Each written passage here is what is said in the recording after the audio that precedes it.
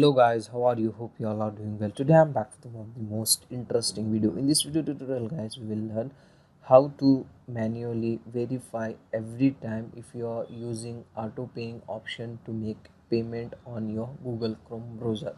I am using Google Chrome browser in my Android phone. So if you are using on another device, I think you can follow the same procedure method.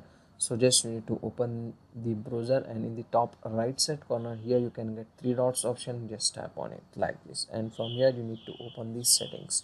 In these settings here you can get the option payment method. Just tap and open it, and here guys you can get this very important settings: verify manually every time that you pay using autofill. Just you need to simply enable this option, and here now one time you need to verify with your phone pattern, password or face unlock. So just I am using pattern. Just draw your phone pattern, just tap and continue. That's it. Now when you use autofill option on your browser, now you need to manually verify it's you only. Okay, so this is the very important setting. Just go ahead fast and enable this. In case this option, this feature is not showing on your app, at that time you need to update the Chrome browser.